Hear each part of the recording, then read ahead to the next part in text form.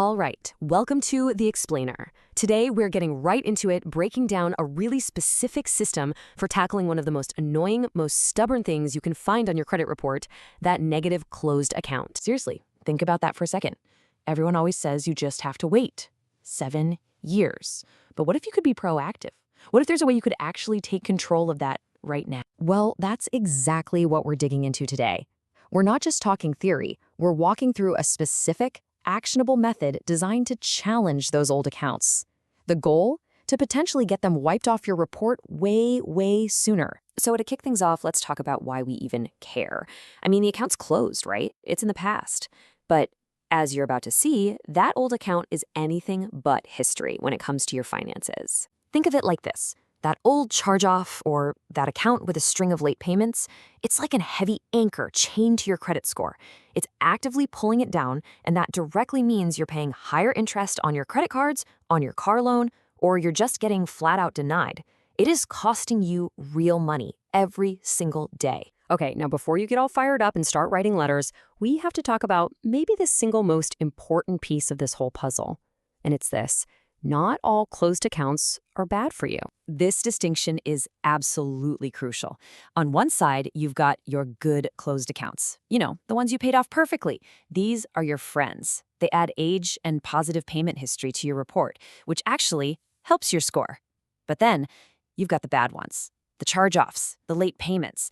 Those are the ones we're targeting, because the damage they do completely cancels out any good. And this is a huge warning from our source. I'm telling you, the last thing you want to do is accidentally dispute a good account and get it removed. You could literally erase years of good history and watch your score drop. So our strategy has to be like a surgical strike. We're only going after the bad ones. Okay, so we know what we're aiming for. Now let's get to the fun part, the how. The source gives us a super clear 4-step playbook to make this happen. And here's the whole process in a nutshell. First, you pull your reports. Then you go on a hunt for errors. Third, you mail out your dispute letters. And finally, you follow up and document everything. It's that simple. We're going to break each one down, but this is the roadmap. Now, this is the core belief that makes this whole system work.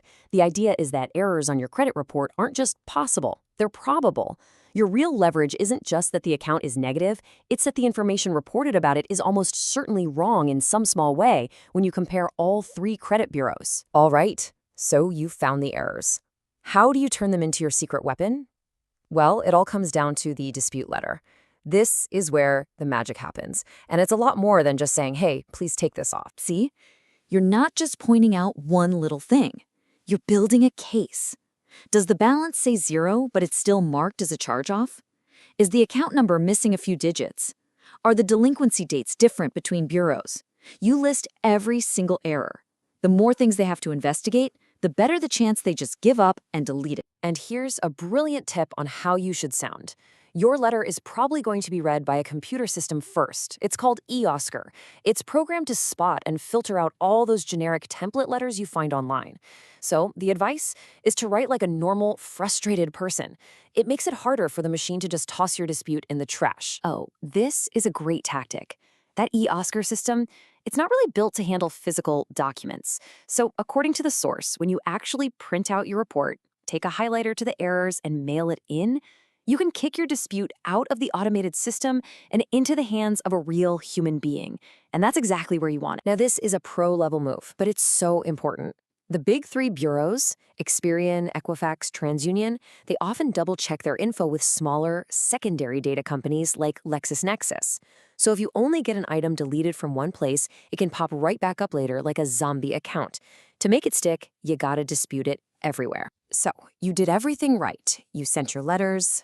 But what if a month goes by and that negative account is still just sitting there? You don't just give up. Nope. You escalate. The timeline is really simple. Day 1, you send those letters via certified mail. Then you wait 30 to 45 days. If by day 46 nothing's changed, it's time for phase 2. You send another letter And you file a formal complaint with the Consumer Financial Protection Bureau, the CFPB. Now listen, this is a critical point. The CFPB complaint is not a do-over of your dispute.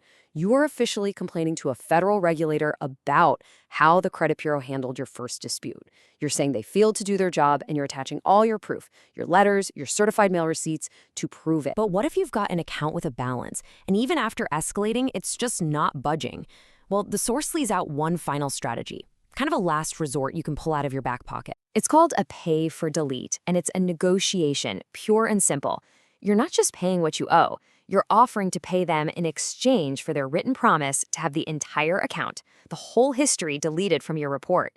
A zero balance isn't the goal, the deletion is. And if you remember nothing else from this explainer, remember this: never, ever, ever pay a dime on that debt unless you have a signed agreement in writing that they will delete the account. The second you pay, you lose all of your leverage. They've got their money, and you're still stuck with that negative mark. When you zoom out, you can see the one big theme running through this entire process. Your power comes from your paper trail. You have to keep copies of absolutely everything. Every letter, every envelope, every response, every single tracking number. That documentation is your proof, it's your armor, it's your leverage. So, there you have it. That's the playbook. You know what to look for, you know how to build your case, and you know how to escalate if you need to. The only question left is, what's the first little error you're going to go hunt for on your own report?